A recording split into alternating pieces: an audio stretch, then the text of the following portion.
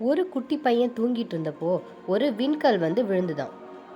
அடுத்த நாள் காலையில அந்த எரிக்கல் விழுந்த இடத்துல இருந்து ஒரு ஏலியன் எழுந்து வந்துச்சான். ஆனா அந்த குட்டி பையன் மட்டும் அந்த ஏலியன் கிட்ட போய் பார்த்தானா. அந்த ஏலியனுக்கு நம்மளோட லாங்குவேஜ் தெரியாது. அதனால அது தன்னோட அந்த ஒலிக்கற்றைகளால ஏதோ பூமிக்கு சொல்ல வந்தது போல தெரிஞ்சுது. இது அந்த குட்டி பையனும் கவனிச்சிட்டு இருந்தான். மற்றவங்க பார்க்குற பார்வைக்கும் இந்த குட்டி பையன் பார்க்குற பார்வைக்கும் நிறையாவே வித்தியாசங்கள் இருந்துச்சு. அடுத்த நாள் அந்த குட்டி பையனும் ஏலியனும் ஒரு நாள் தனியா சந்திச்சு பேசினாங்க.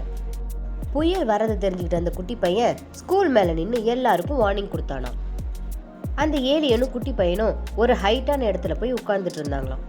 அந்த ஏலியன் சொன்ன மாதிரியே அங்க புயல் வந்து அந்த புயலும் கடந்து போயிருந்துச்சான். அடுத்த நாள் அந்த ஏலியன் பூமியை விட்டே கிளம்பிச்சான். அந்த ஏலியன் விட்டு போனாலும் அந்த விண்வெளி சுழற்சியை அவன் ஒரு மரத்துக்கடியில உட்காந்து வரைஞ்சிட்டு இருந்தானாம்.